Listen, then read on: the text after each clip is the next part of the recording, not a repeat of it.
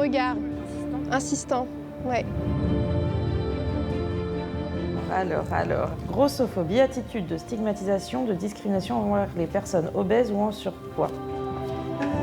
La grossophobie, il y en a beaucoup dans le corps médical. Ouais. C'est ça qui est terrible. Ouais. Ils vont culpabiliser le patient de ne pas perdre de poids.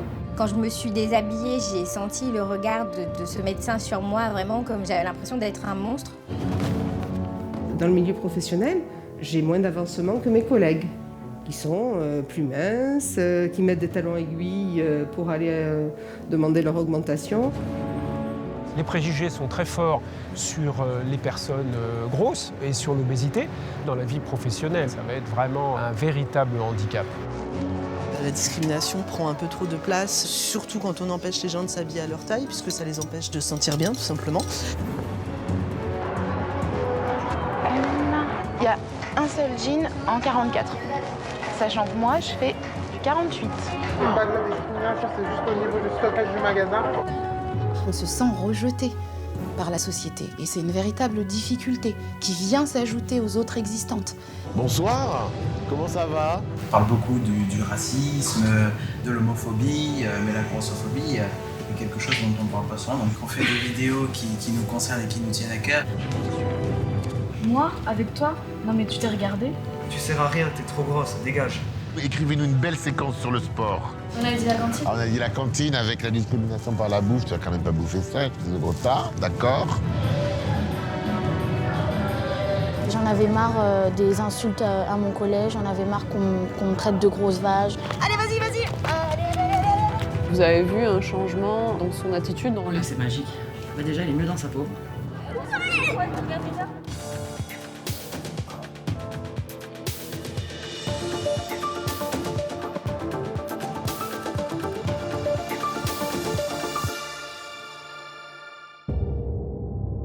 Toute la presse en parle, la norme devrait être la minceur, avec des propositions de régime en permanence pour ressembler à des figures inatteignables de mode. Mais la vérité est tout autre. Selon l'Organisation mondiale de la santé, 54% des hommes et 44% des femmes sont en surpoids en France, soit plus de 30 millions de personnes. Pourtant, cela n'empêche pas qu'il existe des comportements hostiles envers les personnes fortes. Un phénomène méconnu pour lequel une définition a été créée cette année, la grossophobie.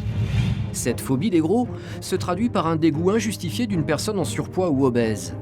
Dans le quotidien, cela engendre de la stigmatisation, c'est-à-dire des critiques ou de la discrimination, un traitement différent par rapport à une autre personne. À commencer par le domaine le plus grossophobe, celui du monde du travail. Les chances sont nettement plus importantes, c'est au moins 2 fois plus, pour celle-ci par rapport à celle-ci. Il est beaucoup plus compliqué pour une personne obèse de se faire embaucher. Quand on me voit, la réaction n'est plus autant enthousiaste que lors de l'appel téléphonique. Par ailleurs, la grossophobie existe aussi dans d'autres milieux, mais ce problème est très peu étudié. Aucune statistique sur l'ampleur du phénomène. Comme dans l'univers médical, où beaucoup de personnes se plaignent d'être très mal accueillies par les docteurs. Pendant plusieurs années, je n'ai pas été consultée de gynécologue parce que j'avais peur d'y aller. Alors, des formations immersives se créent pour sensibiliser le personnel soignant à mieux accepter les malades en surpoids. Le problème de l'obésité, c'est que tous les gestes du quotidien qui pour nous sont très faciles deviennent des épreuves. La grossophobie est aussi un phénomène qui démarre très jeune. Certains subissent des remarques continuelles. Cet harcèlement est une situation qui peut mettre en péril la vie des victimes. On le traitait de gros, de gras. Et Christopher, je pense qu'à un moment, il en a eu marre, il a dit stop. Pour éviter d'arriver à une telle situation, des jeunes apprennent à s'accepter, quelle que soit leur morphologie. C'est pas parce qu'on a du poids en trop ou que je sais pas trop quoi qu'on doit pas être belle. Autre secteur grossophobe, celui de la mode. Alors que beaucoup de Français s'habillent en grande taille, trouver des vêtements larges semble très difficile. Vous n'êtes pas la première, à chaque fois on cherche des tailles. C'est pas depuis longtemps, donc c'est rare que ce soit en boutique. Ah bon? Une situation anormale pour laquelle il existe très peu de solutions. Une marque a pourtant compris qu'il y avait une clientèle à capter. On y a inséré des élastiques. Et bien en fait, le pantalon, il peut s'adapter à chacune de vos morphologies. Enfin, certaines personnalités publiques, comme Magloire, sont devenues des militants de la cause pour changer le regard sur les personnes en surpoids. Mais comment faire sentir au public qui va regarder c'est quoi la grossophobie au quotidien? Vous allez découvrir cette grossophobie méconnue qui stigmatise près de la moitié de la population française. Être discriminé du fait de son apparence physique, la plupart des gens n'ont pas conscience que cela existe. Pourtant, cette grossophobie est une violence qui a infiltré tous les milieux, même les plus surprenants. Ainsi, sur de nombreux forums sur Internet, des personnes se plaignent d'être victimes de grossophobie par certains médecins. C'est la mésaventure qu'a vécue plusieurs fois cette femme, que nous appellerons Anna. Elle a décidé de témoigner sur ce phénomène méconnu, mais souhaite préserver son identité pour ne pas avoir de répercussions dans son travail où elle a un poste à responsabilité. Pour elle, tout a démarré par un simple rendez-vous chez un médecin généraliste. Par exemple, pour un rhume, on va nous dire qu'il faut perdre du poids directement au lieu de s'intéresser à est-ce que l'on tousse, est-ce qu'on a le nez qui coule, voilà, des choses comme ça. Souvent, les docteurs consultés par Anna ont imaginé qu'elle était en mauvaise santé à cause de son surpoids. Car chez certaines personnes, l'obésité peut avoir un impact sur la santé. Mais en réalité, il n'est pas juste de penser que tous les obèses souffrent de maladies liées à leur poids. Moi, je suis grosse depuis plusieurs années. Mes bilans sanguins sont bons. Je pratique une activité sportive depuis plus de 3 ans. Donc, je fais des choses pour être en bonne santé. Malgré cela, Anna a rencontré des médecins qui n'avaient qu'une obsession, son surpoids. Elle a d'ailleurs un terrible souvenir d'une gynécologue. L'accueil, il était glacial.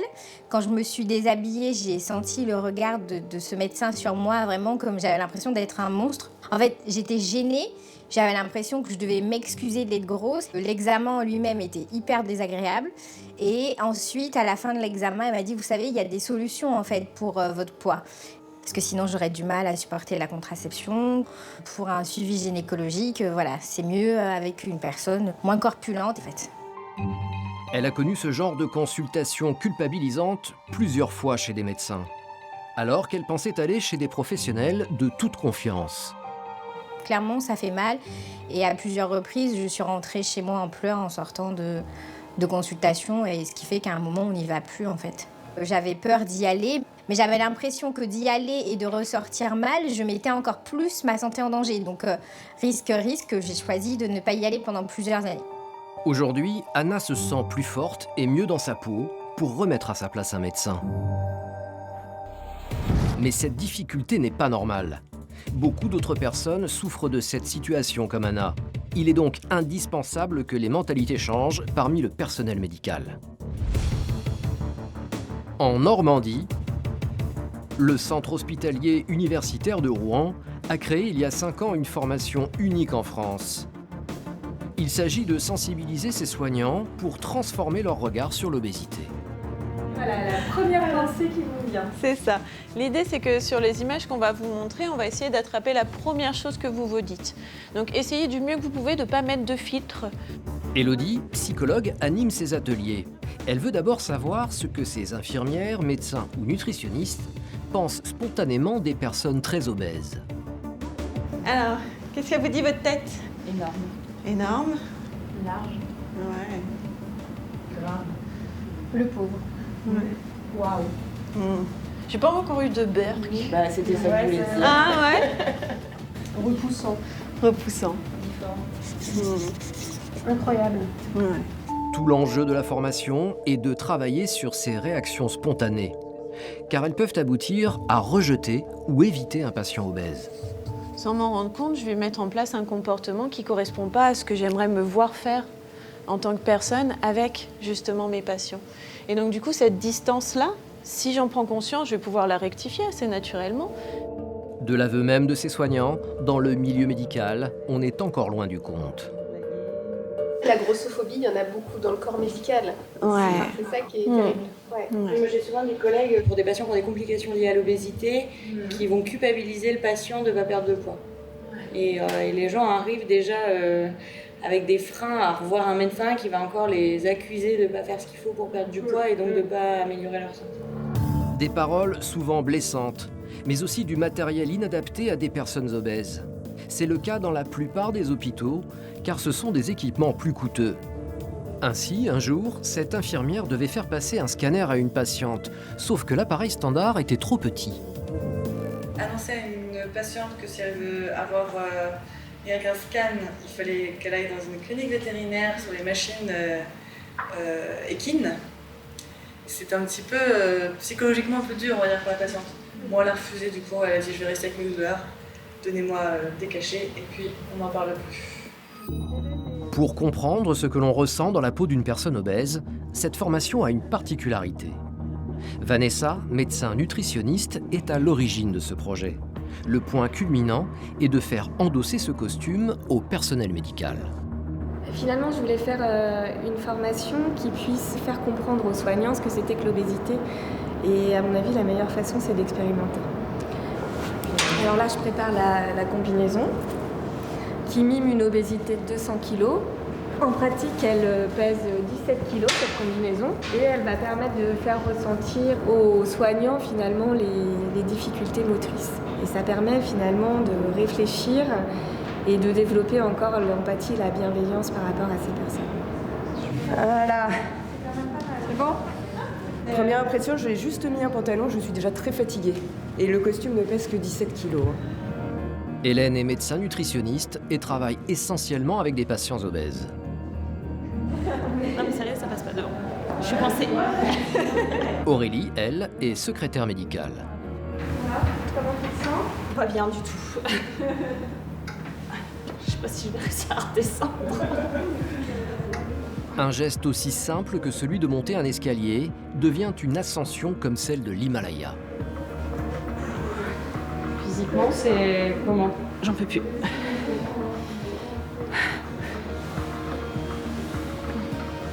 J'ai le cœur qui va sortir de la poitrine.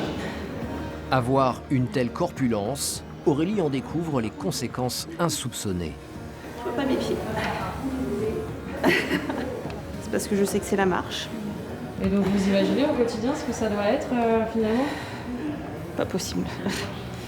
Ça va être hyper éprouvant et fatigant. Et une peur aussi de tomber. Hélène, la nutritionniste, va avoir un challenge à l'extérieur. Rentrer dans cette voiture. C'est fou parce que tu aurais bien envie d'aller l'aider, tu sais, de tenir la porte. Tu sens que tu as envie. Hein. Je peux pas passer la tête. Utiliser un véhicule standard s'avère impossible. Je peux pas fermer la porte. Et maintenant, tu mets ta ceinture. Ah bah oui. C'est très compliqué parce que le volume des fesses permet pas de faire passer la tête en hauteur parce que le ventre et même en touchant le volant ne me permet pas de toucher les pédales avec mes pieds. Et puis parce que la ceinture de sécurité tout simplement est trop petite, donc je ne peux pas l'accrocher. Donc même, quand bien même je voudrais rouler, je ne pourrais pas. Une expérience de courte durée, mais qui marque les esprits. Le costume est très désagréable à porter, ouais. Ouais, on a envie de l'enlever là. Si tu peux. Ah, c'est ça, sauf que le problème, c'est que... Malheureusement, nos patients ne peuvent pas enlever le costume le soir. Je suis trempée, je suis en sueur. Ce jour-là, elles vont se succéder pour tester ce costume. C'est au tour d'Adeline, socio-esthéticienne dans un centre de nutrition. Et Najat, médecin nutritionniste. Cette fois-ci, elles vont aller faire un tour en ville. Là, je suis déjà fatiguée, là. Je suis essoufflée, j'ai mal au dos, aux pieds. C'est pas très agréable, là. Je crois que j'ai jamais marché aussi lentement de ma vie. C'est fatigant, on sent que le rythme cardiaque augmente et on n'arrive pas à faire de grands pas, on est bloqué dans les pas. Donc voilà, c'est vite encombrant cette envergure-là. Pour corser l'exercice, nos soignantes prennent le bus à 1h de pointe. On se sent à l'étroit. on se sent tout le temps aussi percuté. Donc là, moi, j'ai pas mal, mais je me dis que quelqu'un qui se fait tout le temps cogner est très pénible. En fait, on n'a pas d'espace du tout d'intimité, quoi. Adeline tente alors de s'asseoir. Mais l'opération est en fait plus délicate qu'elle n'y paraît. Voilà.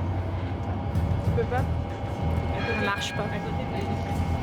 Elle est alors obligée de se rabattre sur les 2 sièges vides de l'autre côté. Et en plus, elle a besoin d'aide. En fait, quand il y a quelqu'un à côté, je peux pas. J'avais qu'une fesse de poser sur le siège. Clairement, c'est pas très adapté. Là. Tu prends de place, c'est un peu stigmatisant. La honte, la gêne. Je pense qu'ils n'osent plus prendre le bus, hein, clairement. Ouais, ils ont l'impression de gêner, quoi, de pas être à leur place. Du matériel inadéquat dans les transports en commun. Et dans la rue, il faut encore subir le regard de tous ces gens qui se retournent au passage d'une personne obèse.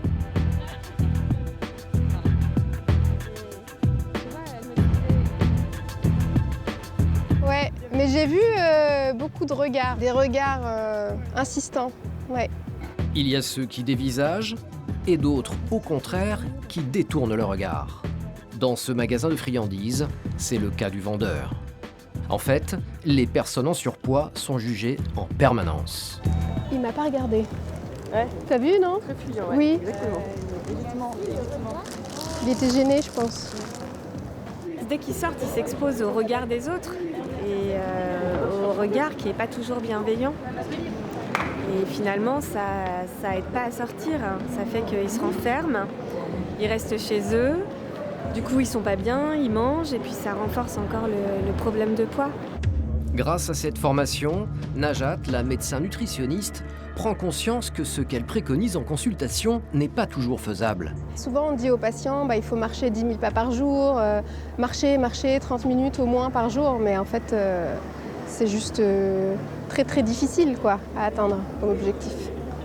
Donc ça va remettre en question mon discours. Voilà. Cette journée d'apprentissage n'est pas encore terminée. Retour à l'hôpital. Ce jour-là, un deuxième groupe va bénéficier d'une autre formation. Car il n'y a pas que les mentalités qu'il faut changer. La prise en charge en hospitalisation des personnes obèses peut également être améliorée. Oui, parce qu'on va simuler maintenant, donc l'arrivée du patient dans le service de soins. Et puis, donc... Voilà, si c'était vraiment ma corpulence, je me dis mais ils se foutent de moi, ils n'ont pas pensé à moi. Ouais, non mais c'est vrai, c'est la première chose que je me dis. Un lit trop petit, mais en fait, c'est l'ensemble du matériel courant qui n'est pas approprié aux personnes obèses. Des tensiomètres, en passant par les fauteuils ou des balances, qui ne vont que jusqu'à 150 kg. Parfois, le patient me dit écoutez, je ne sais pas quel est mon poids parce que mon médecin n'a pas réussi à me peser. Donc tout ça, c'est des petites choses qui s'accumulent et qui font que les patients sont en souffrance, ils viennent demander de l'aide, des soins et finalement ils se rendent compte que rien n'est adapté pour eux et ils se sentent encore plus exclus. En France, il existe seulement 37 centres spécialisés de l'obésité avec le matériel adéquat sur plus de 1300 hôpitaux publics. Je pourrais pas rester comme ça plusieurs heures. Non, c'est pas très confortable. Alors, pour améliorer les soins, le personnel médical va apprendre des techniques pour s'occuper au mieux de personnes obèses. Comment effectuer un transfert facilement d'un brancard au lit, grâce à une planche. Très bien. Voilà, on prend les zones d'appui, les fesses sur les épaules. Plus tu vas l'engager au départ, moins tu auras de difficulté à le retirer à l'arrivée. Voilà. D'accord. Ouais. Ça va pas faire. Allez-y, essayez de déplacer vos fesses avec vos... Voilà, super. Karine est infirmière aux urgences. Ce sont des gestes qu'elle doit accomplir tous les jours. On est en grande difficulté pour respecter le patient. Avec le manque de matériel, ça devient compliqué. On sent bien qu'on est peut-être même maltraitant parfois, sans le vouloir, mais par manque de matériel ou par... des petits soupirs pas parce que le patient nous convient pas, mais parce que le matériel n'est pas là, mais le patient lui le ressent différemment probablement. Donc c'est compliqué. Ça va? Vous pouvez attraper les sangles si vous le souhaitez, si ça vous rassure. Ils apprennent également à utiliser cette machine pour relever un patient qui est tombé. Un lève-malade qui peut supporter jusqu'à un poids de 205 kg. Tiens, pour te laver le dos. Autant de méthodes qui sécurisent le patient, mais aussi le personnel soignant en évitant des efforts trop importants. Ça permet d'arriver à se laver les pieds, enfin à atteindre ses pieds en tout cas. Jusque-là, 250 personnes ont pu bénéficier de cette formation. Une goutte d'eau au regard des 1 200 000 professionnels de santé en France. Mais d'autres hôpitaux sont intéressés par cette initiative et devraient lancer leur propre formation dans les années à venir. Mais aujourd'hui, la grossophobie peut prendre des formes bien différentes. Ainsi, au quotidien, il y a une discrimination qui serait très compliquée à vivre pour les personnes en surpoids. Celle de pouvoir acheter facilement des vêtements grande taille. Il serait ainsi impossible de s'habiller comme tout le monde. Ça serait même un vrai parcours du combattant. Pour faire ce constat, direction Lyon. Ce jour-là, un salon de créateurs met à l'honneur les femmes. Ah, tu vois, c'est là. Amandine est l'une des exposantes du jour. Elle a fait le déplacement exprès depuis Paris. Salut les filles! Coucou les cosmos! Coucou! Est-ce que vous voyez ce qui se passe là? Amandine a créé Cosmo Plus, une association qui aide des femmes à reprendre confiance en elles. Pour ses clientes, elle leur fait visiter virtuellement ce salon. Bonjour! Donc ici on se fait belle, c'est ça? Stand de maquillage, produits de beauté, accessoires en tout genre, ou encore vêtements. Ici, Amandine découvre même quelques solutions pour s'habiller en grande taille. On est parti au Maroc, on vous a emmené les prototypes pour les grandes tailles. Ah, génial! Alors ça, on a celle-ci qui peut être soit ouverte ou soit fermée avec les petits boutons. Et ce salon a même le droit à un défilé de mannequins.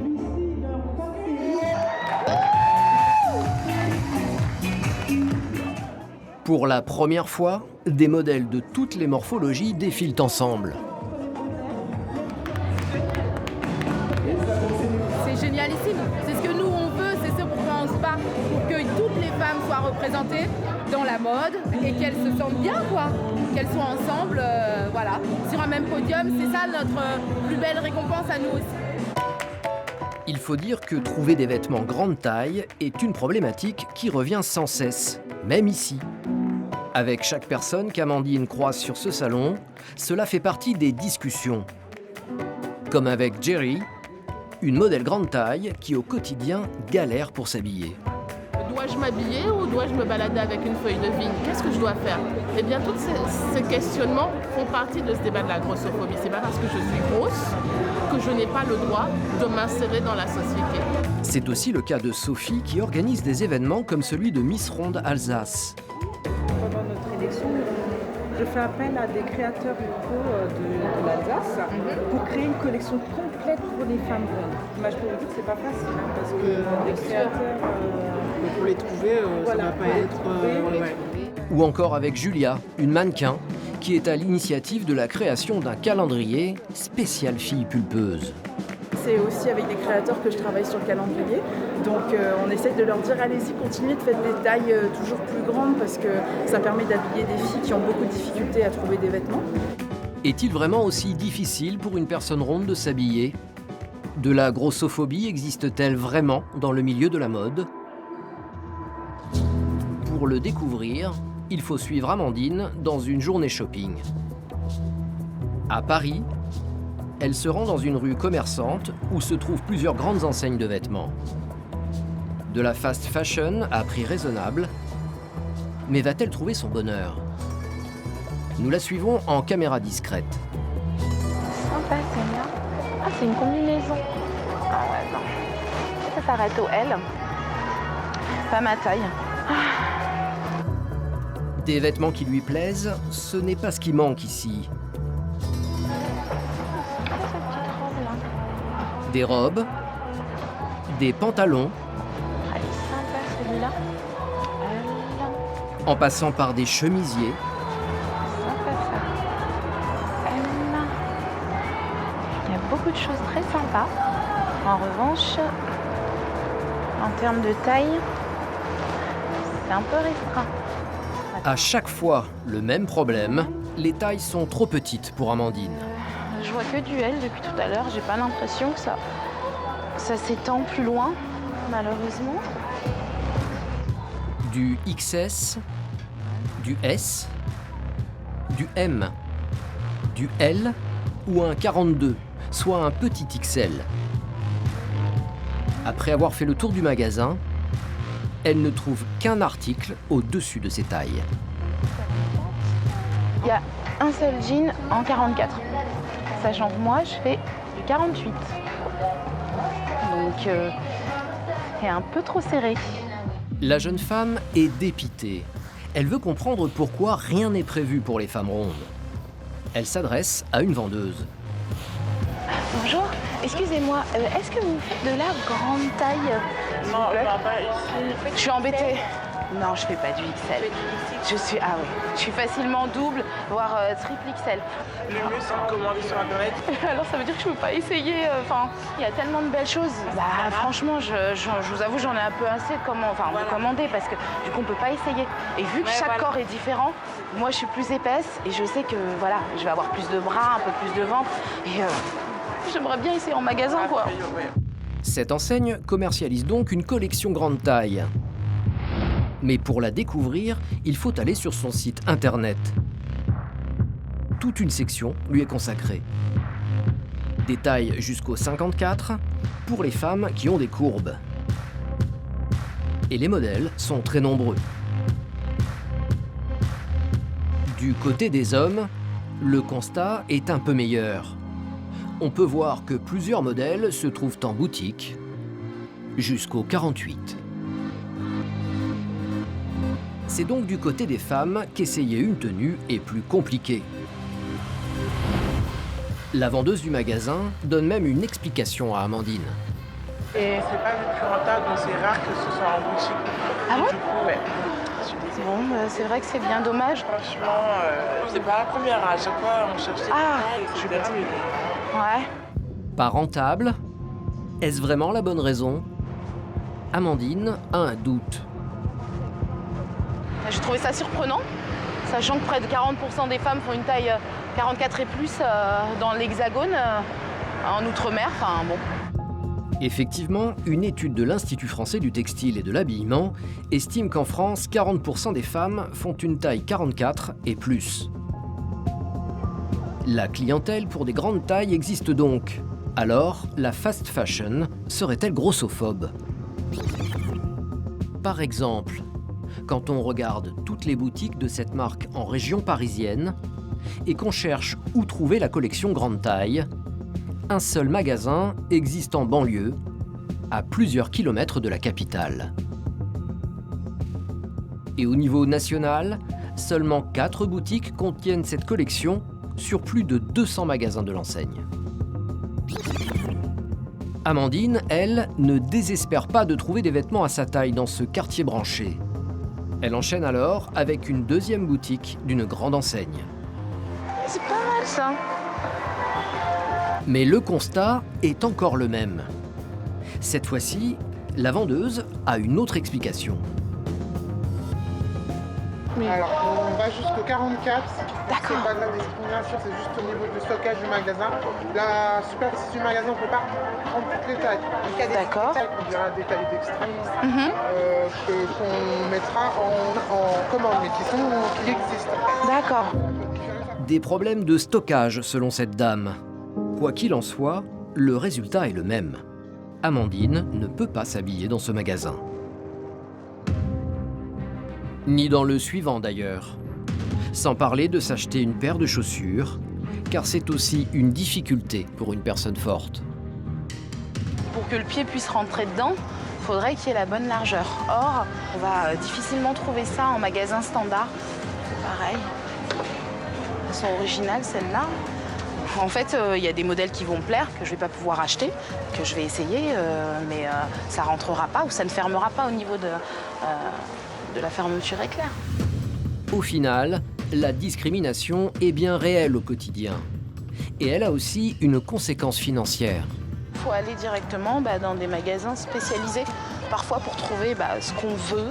Et qui dit magasin spécialisé dit qu'il y a un coût quand même un peu plus élevé, quoi. Aucune des 4 grandes enseignes qu'elle a visitées aujourd'hui ne propose des vêtements à sa taille en magasin. Ouais, on est sur un petit XL. Ça risque de mouler malheureusement. Visiblement, les personnes corpulentes ne sont pas les bienvenues dans la plupart de ces boutiques de mode.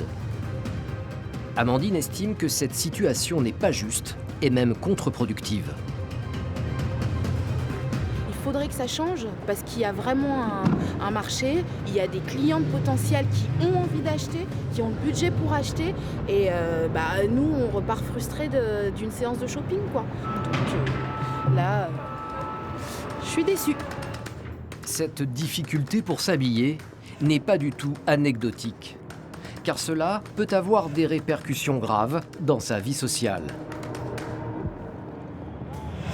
Amandine en est bien consciente, car avec son association, elle coach plusieurs femmes qui n'arrivent pas à s'habiller facilement pour des situations importantes, notamment des entretiens d'embauche.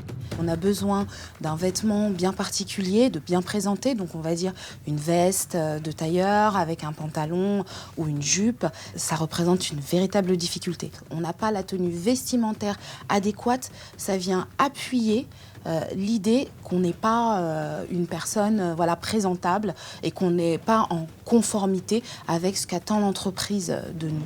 Ne pas pouvoir bien s'habiller pour le travail ou pour un événement important, une forme d'handicap qui crée de l'exclusion. On se sent rejeté par la société et c'est une véritable difficulté qui vient s'ajouter aux autres existantes. Ça vient un petit peu enfoncer le clou, enfin un petit peu même encore plus enfoncer le clou. Donc on devrait à minima au moins pouvoir se vêtir. Pour éviter cette grossophobie, certaines se sont lancées dans une alternative façon système D. À Paris, Allegro Fortissimo planifie chaque année un petit événement. 48 kaki, ça arrive, madame. On est sur du 48 noirs. Maude fait partie de cette association qui se définit comme un soutien aux personnes corpulentes. Ah, ça tient chaud. Ah, vous êtes mignonne, regarde. Je sais pas. J'hésite. Avec ses copines, elles organisent et profitent aussi de ce vide-dressing un peu spécial.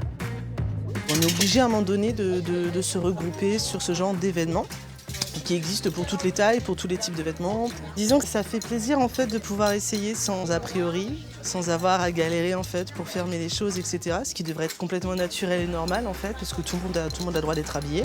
Ici, le 42 n'est pas la taille la plus grande, mais au contraire, la plus petite. Bonjour. Alors la question, oui, donc vous avez du 46-48 oui, dans certains modèles. Ils rentrent comme ça. Des vêtements qui vont jusqu'aux 60, de quoi se sentir à l'aise. C'est quelle taille? Là, c'est dit ni gris ni noir. 48.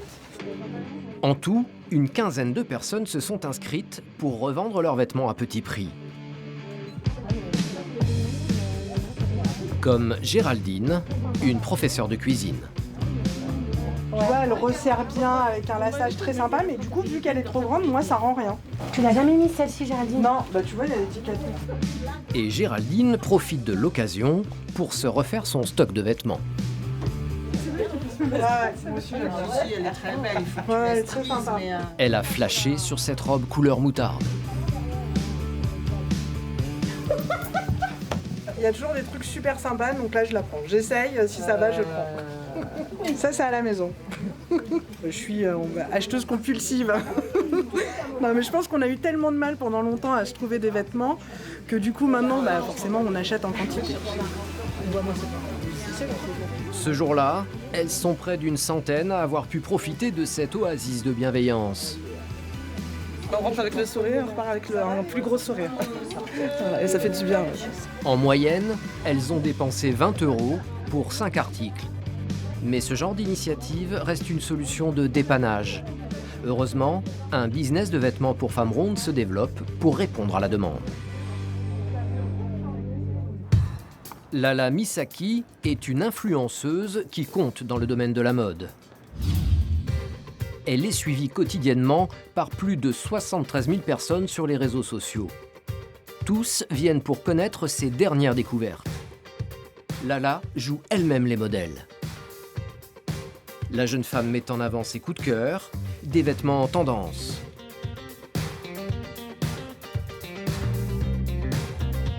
Alors, il y a un an, une grande marque de vêtements, Gémeaux, est venue la chercher pour qu'elle crée une collection grande taille. Salut! Salut! Ça va? Voici à quoi ressemblent ses créations.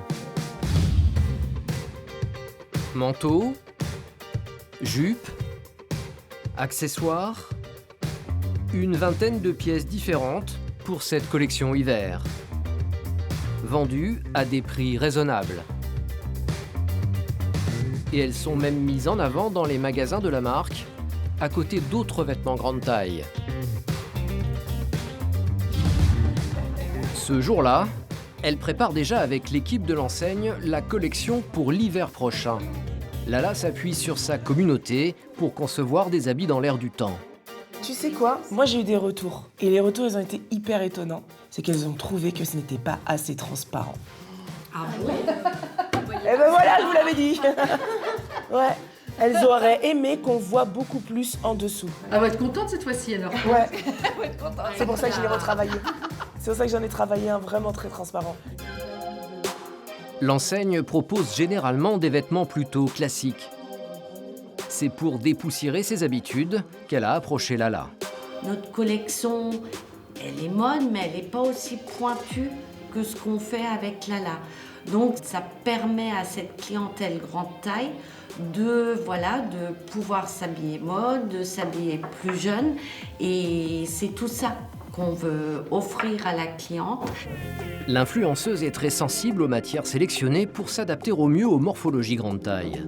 Pour une robe, elle a choisi ce coton élastique. Il est légèrement gainant. Il marque ni la cellulite, ni toutes ces choses-là.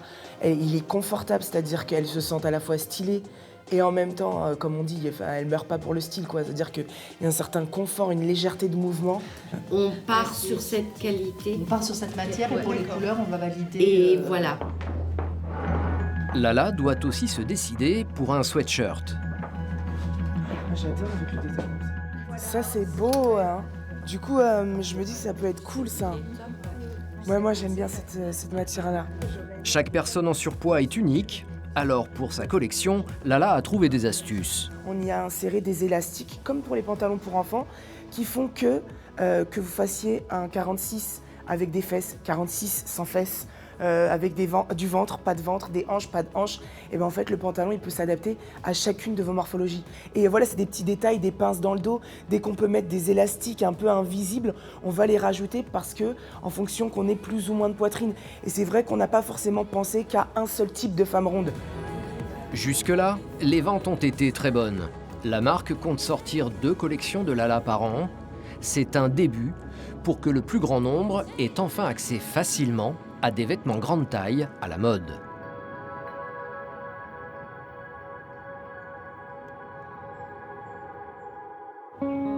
Désormais, la grossophobie touche tous les domaines, comme celui du marché de l'emploi.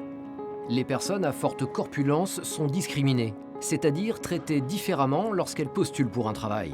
Elles pourraient avoir jusqu'à 6 fois moins de chances de décrocher un entretien d'embauche. C'est ce qu'a découvert Jean-François Amadieu lorsqu'il a étudié l'ampleur de ce phénomène. Ce professeur à l'université de Paris-Sorbonne est aussi directeur de l'Observatoire des discriminations. Il a longuement étudié ce sujet. Les préjugés sont très forts sur les personnes grosses et sur l'obésité. Ça va avoir des effets malheureusement très importants, en particulier dans la vie professionnelle, où là, ça va être vraiment, je dirais, un véritable handicap. Mais toute la difficulté de cette discrimination est de la prouver.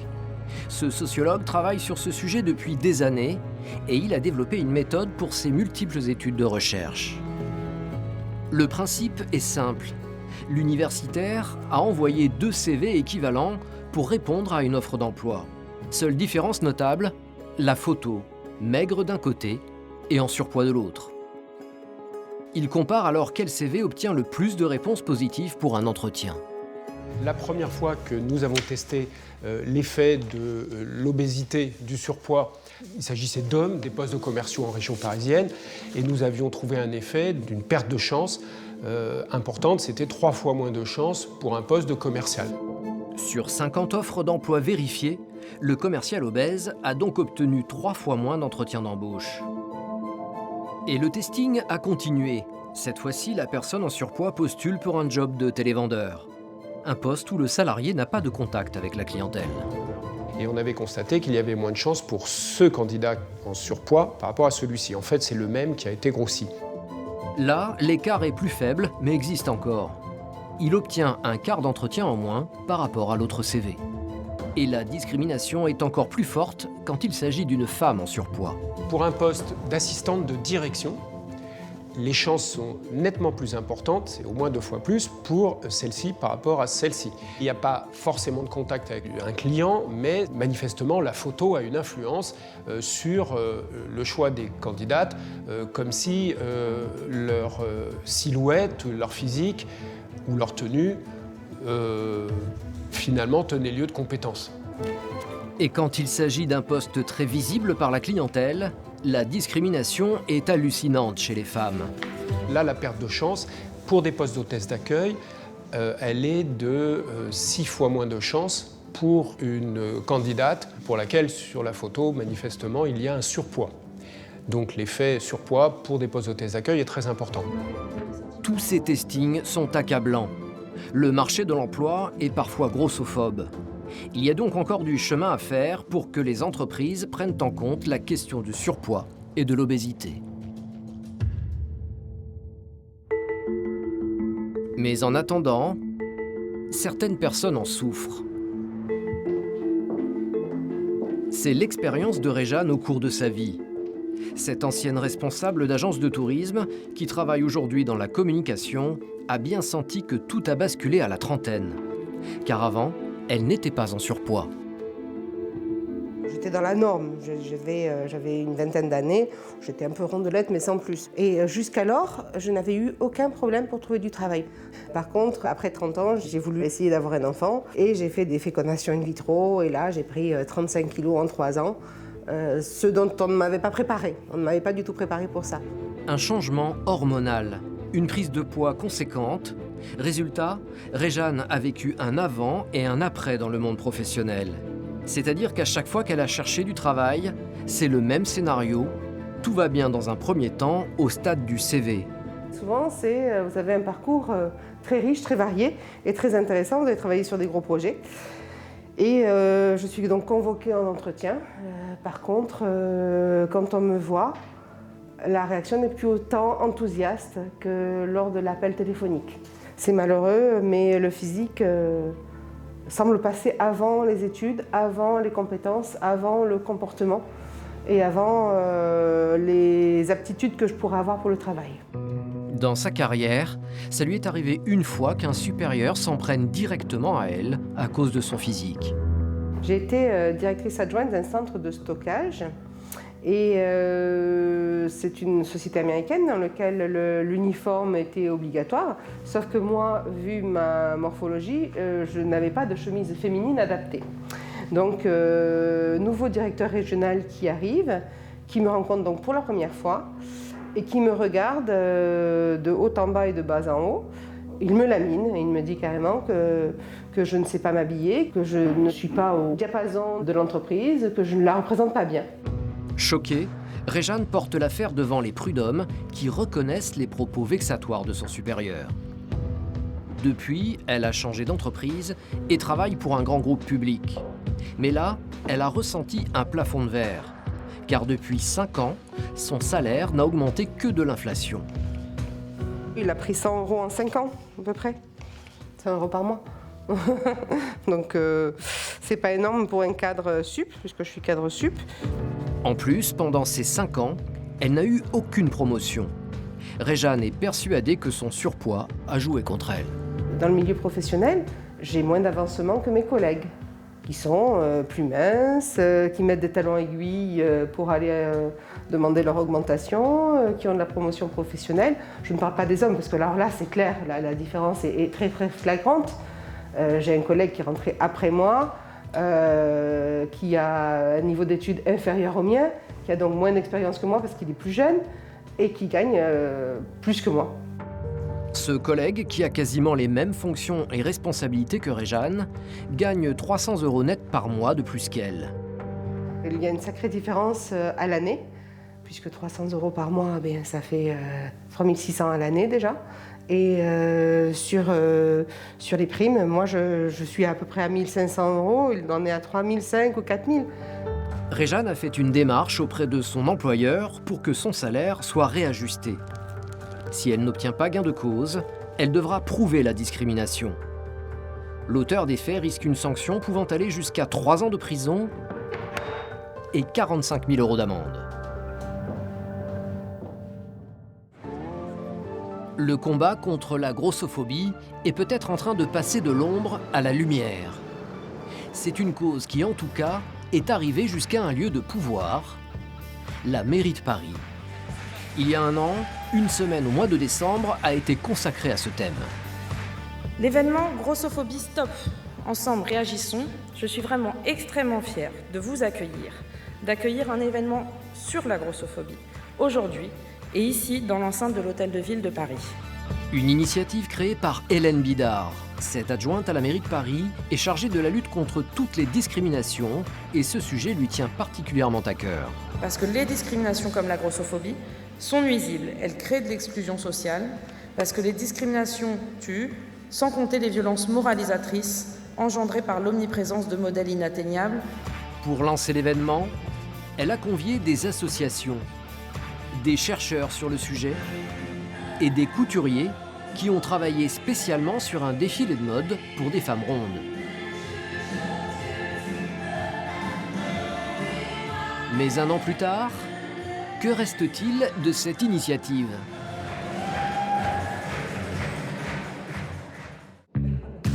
À l'Hôtel de Ville, nous retrouvons Hélène Bidard.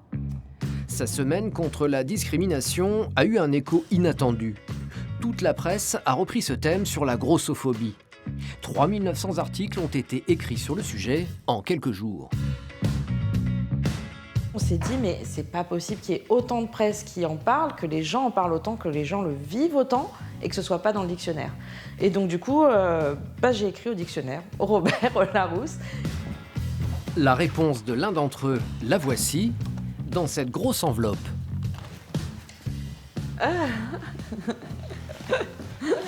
Merci. Jusqu'ici, le mot grossophobie n'existait pas dans la langue française, comme si cette injustice n'était pas reconnue. Il est beau en plus. Grossièreté, grotesque, grossophobie, attitude de stigmatisation, de discrimination envers les personnes obèses ou en surpoids. Impeccable, c'est fait.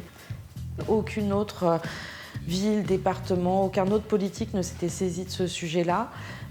Et donc on s'est dit que non seulement on allait faire quelque chose, mais quelque chose de grand.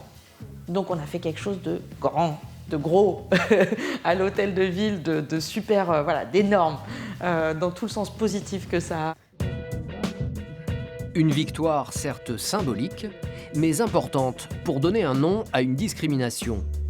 Les mentalités ont évolué grâce à la campagne d'Hélène Bidard, qui a été aussi visible partout dans la capitale. Je pense qu'il était grand temps d'en parler et ces affiches, elles ont été dans Paris, dans l'espace public. Et du coup, elles interpellent, je pense, parce que c'est la première fois qu'il y avait des affiches avec ce mot-là. Et puis, il y avait des petites cartes postales aussi dans tout un tas de lieux où on peut retrouver les liens avec des associations, mais aussi, si on est victime de violence, évidemment, appelez le 17, mais aussi le défenseur des droits, son téléphone, les aides juridiques de la ville de Paris, le réseau parisien de repérage des discriminations. Hélène a voulu aussi impulser une autre démarche auprès des ressources humaines de la mairie de Paris. Il s'agit de recruter sans discriminer, en fonction aussi de l'apparence physique. Et la jeune femme encourage toutes les entreprises à faire sauter des préjugés, souvent stupides. La personne en obésité et flemmarde, ne va pas travailler, a des problèmes, a des soucis, et donc je ne vais pas la mettre en responsabilité, ou on ne va pas la mettre à l'accueil du public, parce que ça donne une mauvaise image. Ça, typiquement, il faut vraiment former tous ceux qui sont voilà, des personnes qui vont faire le choix d'embaucher à la lutte contre les discriminations. Pour avoir une action efficace, la ville de Paris s'est lancée dans une démarche pour décrocher le label international Diversité et Égalité. Il prouve un changement intérieur profond. Ainsi, petit à petit, les 55 000 agents de la mairie reflèteront mieux la société française.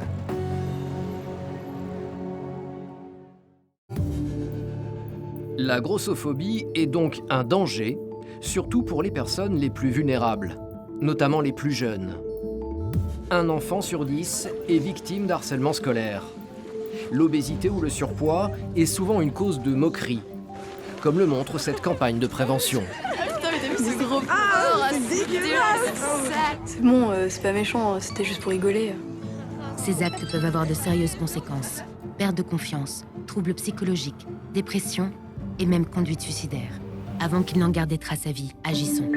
Cet harcèlement grossophobe peut parfois se terminer en drame.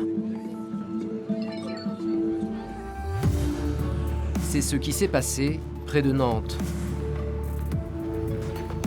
Christopher, le fils de Sandrine, s'est donné la mort il y a 2 ans. L'enfant a subi pendant plusieurs mois un acharnement de certains camarades à propos de son physique. Christopher se sentait bien dans sa peau, il avait un peu de surpoids, mais pour lui, tout allait bien, quoi. Jamais il nous en a parlé, il n'a jamais fait de régime, il faisait du sport. Les parents de Christopher n'arriveront à comprendre la situation qu'après la mort de leur fils, car les langues de certains collégiens se délient enfin. On a eu des messages privés où les jeunes venaient nous dire que Christopher était harcelé depuis la 6e. Donc 6e, 5e, en 4e, on le traitait de gros, de gras.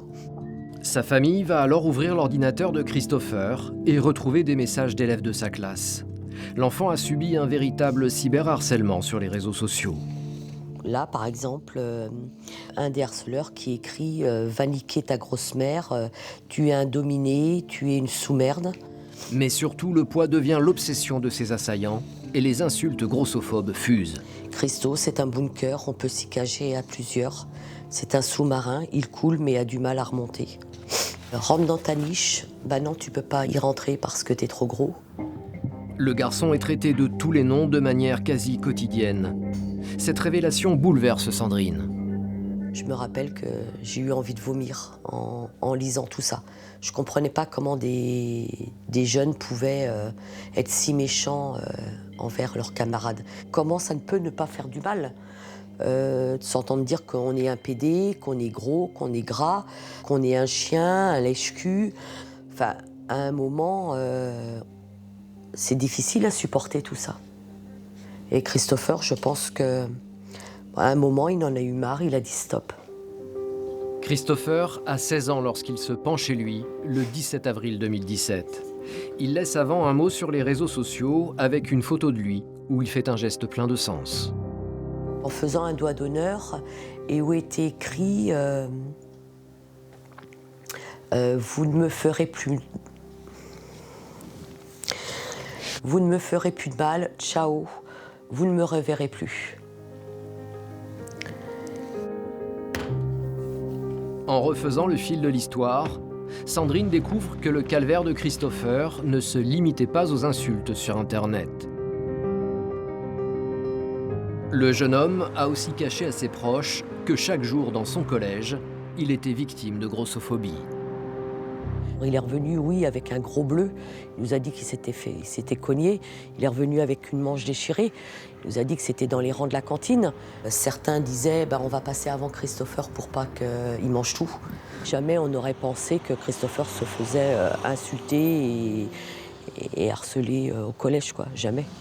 Aujourd'hui, Sandrine se bat pour dire stop au harcèlement grossophobe et que des drames comme son fils a vécu ne se reproduisent plus jamais. Avec des amis, elle crée une association baptisée Marcel ment, une façon de dire que les jeunes harcelés doivent pouvoir parler de leur situation. Sa fille, Blanche-Marie, 12 ans, y participe activement aussi. Elle-même a été victime de grossophobie au primaire à cause de son surpoids. Oui, on m'insultait, on me disait que j'étais bête, que je savais pas lire, que j'étais grosse, que je servais à rien. D'entendre ces mots, ça fait mal. Après ce qui est arrivé à son frère, la jeune fille a trouvé la force de se défendre et de maintenant défendre les autres à travers l'association. Le fait qu'il y ait des jeunes comme là, Blanche-Marie, ce qu'on appelle les ambassadeurs, ça permet justement à tous ces jeunes qui ont été harcelés ou qui se font harceler de pouvoir parler à d'autres jeunes, puisqu'on sait que parler à des adultes, c'est compliqué. Et ce sont des jeunes qui sont dans les endroits où les adultes ne sont pas. Ils ont peur d'aller en parler ou de se défendre. En quelques mois, plus de 12 000 personnes se sont abonnées sur la page de l'association et les témoignages se sont multipliés. Sandrine a aussi fait de nombreuses conférences dans les écoles de la région. Nous, en créant cette association, on voulait vraiment libérer la parole de tous ces jeunes. Qu'il n'y ait plus de suicide, qu'il n'y ait plus de Christopher. Ne plus jamais discriminer un enfant à cause de son poids ou de sa différence. Dans les prochaines années, Sandrine et ses proches souhaitent développer l'association pour passer d'une prévention locale à une échelle nationale. Parallèlement à cette initiative, pour lutter contre la grossophobie, des écoles d'un nouveau genre sont apparues pour aider les jeunes en surpoids.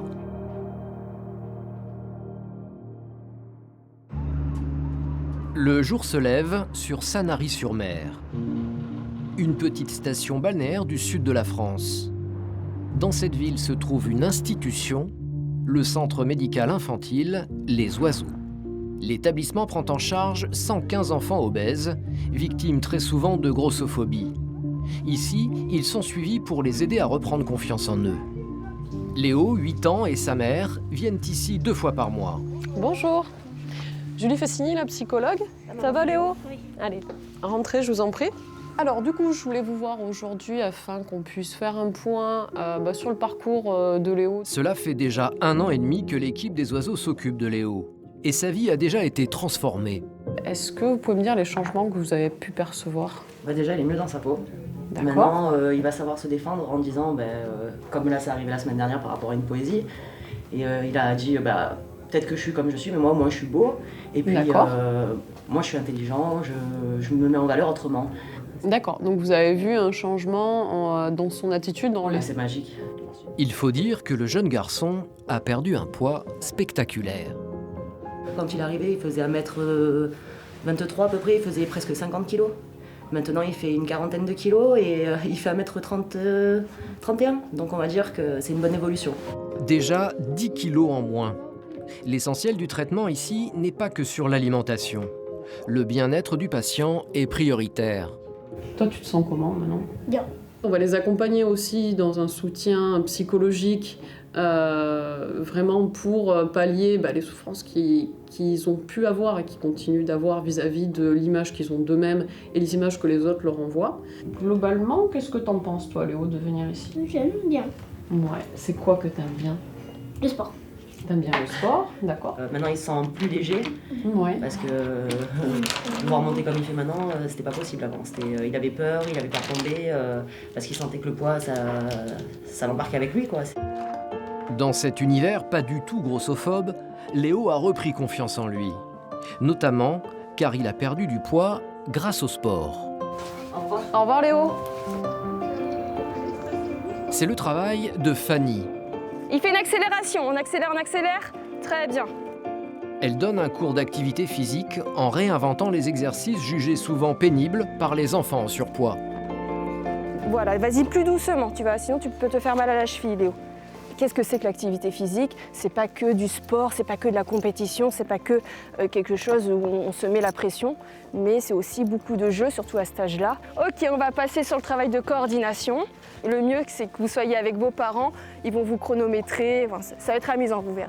Allez, vas-y. Allez. Grâce à ce côté ludique, Léo arrive à progresser. Il améliore sa performance à chaque passage. Allez, juste 3, à fond. Ouais, t'es un champion. 6 secondes 38. C'est un chrono contre eux-mêmes, contrairement à l'école ou au collège où il y a derrière une sorte de jugement ou de notation, donc une pression.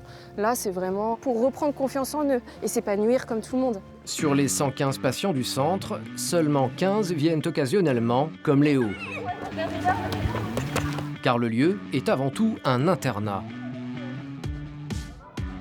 Une prise en charge 24 heures sur 24 pour se reconstruire après avoir subi des remarques grossophobes. Cela comprend les études, mais aussi les repas, avec de nouvelles habitudes alimentaires. Peut-être qu'à la maison, on mangeait un peu plus salé. Certaines, comme Laurine, découvrent des légumes, comme ces pousses d'épinards. Moi, j'en faisais pas forcément chez moi. Du coup, j'avais jamais goûté, mais je trouve ça super bon. Enfin, moi, j'aime bien. Manger de tout, mais en quantité plus limitée. Et aussi consommer des légumes. Une recette de succès pour Laurine. Cette jeune fille de 13 ans est en 4e. À cause de son surpoids, elle a vécu des moments difficiles. Ce qui m'a poussée à venir ici, c'est parce que déjà je me trouvais trop grosse, j'étais pas bien dans ma peau et j'en avais marre des insultes à mon collège, j'en avais marre qu'on me traite de grosse vache, j'en avais marre de tout ça. Quand je faisais du sport, on se moquait tout le temps de moi, ils disaient « Oh là là, mais elle va pas vite, cette grosse » ou des trucs comme ça. Et mon but, c'est de perdre 30 kilos et je suis assez fière de moi parce qu'en 3 mois, j'ai quand même réussi à perdre un peu plus de 10 kilos, donc du coup, voilà. Pour perdre ce poids, il a fallu beaucoup d'efforts, mais aussi beaucoup de bienveillance. Ce jour-là, au programme, pour Laurine et ses copines, 1 heure de danse. Ok, c'est bon, vous avez les bonnes chaussures? Oui. Elodie est professeure de Zumba à l'extérieur du centre. Mais une fois par semaine, elle vient donner ce cours aux filles. La Zumba, c'est une méthode de fitness inspirée de danse latino-américaine. Objectif du cours, perdre des calories, travailler l'endurance et même se soutenir entre patientes.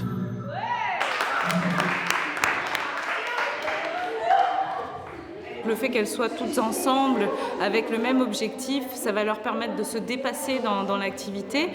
J'en vois par contre qui veulent s'asseoir, qui sont fatigués, etc.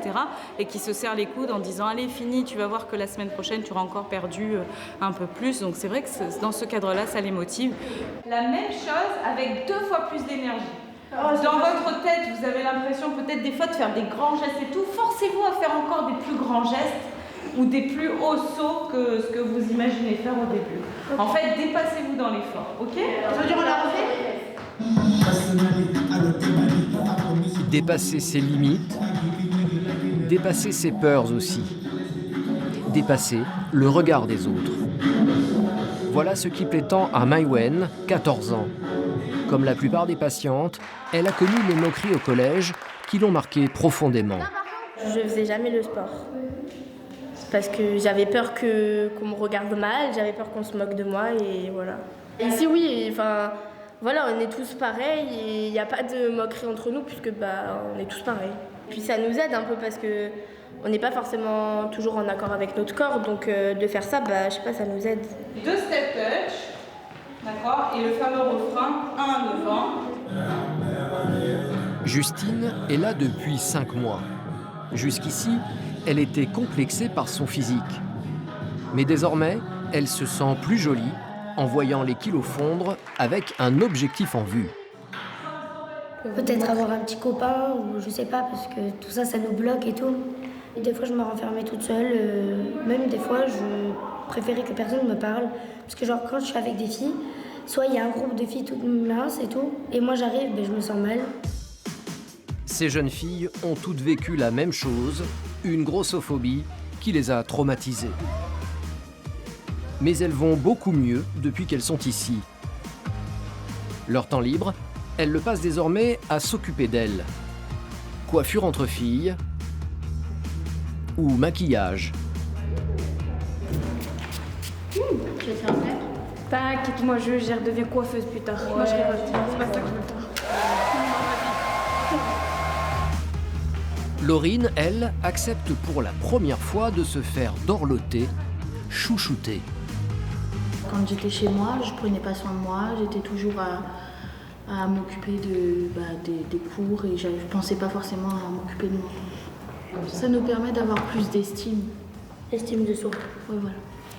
Et même, je trouve ça amusant de pouvoir maquiller quelqu'un ou coiffer quelqu'un. Voilà. On aimerait bien que tout le monde nous considère comme normal.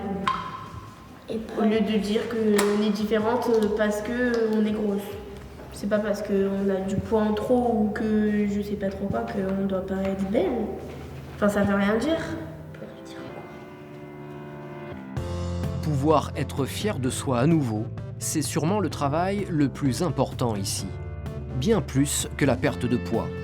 Maïwen, par exemple, qui est là depuis 8 mois, a découvert une vertu inattendue à sa prise en charge. Ses résultats scolaires se sont améliorés. Ça se passe mieux que dans mon collège parce que j'ai des meilleures notes. Et même au niveau des cours, j'ai essayé un peu de faire l'intéressante entre guillemets pour qu'on arrête de se focaliser juste sur mon physique. Du coup, au final, ça n'a pas été dans mon sens puisque c'était pire. Et quand je suis arrivée ici, du coup, j'avais plus besoin de faire ça puisque je savais qu'on n'allait pas me juger. Maïwen se sent mieux dans sa peau. Grâce aux oiseaux, elle sait qu'en sortant, elle sera moins sensible aux remarques grossophobes. Non, j'ai regardé, je te l'ai dit, on n'a pas besoin quand même. Mais on a des heures pour vendredi par contre. Comme des centaines de patients avant elle, elle a découvert que le plus important n'est pas tant de faire un régime que de retrouver un équilibre alimentaire en mangeant de tout, en quantité plus limitée. Un équilibre en pratiquant une activité physique permettant de se dépenser. Un équilibre psychologique pour ne pas, à chaque problème, se réfugier vers la nourriture. La leçon principale est simple, quel que soit son poids, rien ne justifie d'être discriminé et donc de subir de la grossophobie.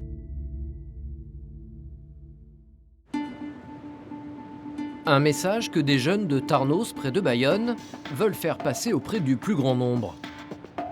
Ici, un groupe d'adolescents s'est créé sur une initiative de la mairie.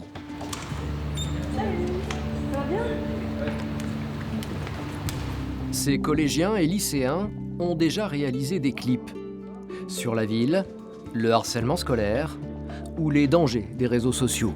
On fait des vidéos qui nous concernent et qui nous tiennent à cœur et on a surtout envie de montrer des choses qu'on ne voit pas dans la vie quotidienne et notamment la grossophobie. On parle beaucoup du racisme, de l'homophobie, mais la grossophobie est quelque chose dont on ne parle pas souvent, donc pourquoi pas parler d'autre chose. Pour les aider à réaliser un court-métrage sur ce sujet, ils ont fait appel à Magloire, le présentateur de télévision. Il est devenu célèbre grâce au Morning Live avec le trublion Michael Youn. Mais depuis le début des années 2000, Magloire a pris de l'embonpoint. Il a alors découvert à ses dépens la grossophobie. Au lycée, pour certains, vous avez déjà vu des gens se faire discriminer parce qu'ils avaient un tour de taille qui pouvait ressembler au mien, par exemple. Récemment, il a fait parler de lui par un coup de gueule à la radio qui a ému la France entière. La question, c'est... Au secours. Alors, à un moment donné, je me dis, on a lutté contre tous les racismes. J'en représente quelques-uns. Je suis noir, on connaît ma vie privée, etc., etc. Mais c'est quand je suis gros que je suis stigmatisé. T'es gros, t'es un con qui passe sa vie sur un canapé à bouffer des chips. Voilà. Et ça suffit. Stop. Parce que je te sens très ému, t'as les larmes aux yeux. Oui, parce que c'est dur, c'est très dur. Depuis quelques années, Magloire a décidé de mettre sa notoriété au service de la lutte contre la grossophobie pour que les mentalités changent. Mais comment faire sentir au public qui va regarder votre œuvre, puisqu'il s'agit d'une œuvre. Comment faire sentir à ce public-là, c'est quoi la grossophobie au quotidien? C'est ce que nous allons devoir traduire dans notre cours. Aujourd'hui, ils doivent avancer sur le scénario. C'est la deuxième fois qu'ils rencontrent Magloire. Depuis leur première réunion, ils ont écrit quelques idées et des dialogues. Moi, avec toi? Non mais tu t'es regardé? Alex, tu sers à rien, t'es trop grosse, dégage. Léonie, c'est clair, pourquoi t'es encore là? Tu devrais être chez toi à bouffer des chips et du chocolat. C'est tout ce que tu sais faire, de toute façon. On est une victime à partir du moment où on ne parle pas. Parce que c'est la victime idéale qui ne répondra pas, alors là on y va à fond les ballons. Donc on s'en sort uniquement en répondant. Sans jamais rien imposer, le professionnel de la télévision les oriente pour que leurs projets prennent forme. Après, il faut trouver des séquences et trouver ce qu'il y a de mieux parmi ces séquences-là. Le foot, mon Dieu, rien que d'en parler, j'ai des frissons 40 ans après. C'est horrible, mais oui, la course, mon Dieu, c'était nul. Le sport, trouvez-nous, écrivez-nous une belle séquence sur le sport. Super. Qu'est-ce qu'on peut faire encore au collège ou au lycée? On a dit la cantine. On a dit la cantine avec la discrimination par la bouffe. Tu vas quand même pas bouffer ça, espèce de gros tas, d'accord? Ça aussi, je veux quelque chose de formidable. Ces jeunes vont passer plusieurs semaines à travailler bénévolement sur ce film. Cette initiative touche particulièrement Magloire. C'est grâce à des projets comme ça qu'on va faire avancer les choses. J'ai failli dire, c'est grâce à un groupe comme celui-là, on a plus confiance en l'avenir. Oui. Le court-métrage sera terminé avant l'été. L'équipe souhaite le présenter dans des festivals et sur Internet pour sensibiliser des milliers de personnes. Désormais, une nouvelle génération s'est emparée du sujet de la grossophobie. Que cela soit dans le domaine médical, dans le travail, dans la mode ou dans le harcèlement scolaire, on peut espérer que dans les années à venir, les mentalités évoluent profondément.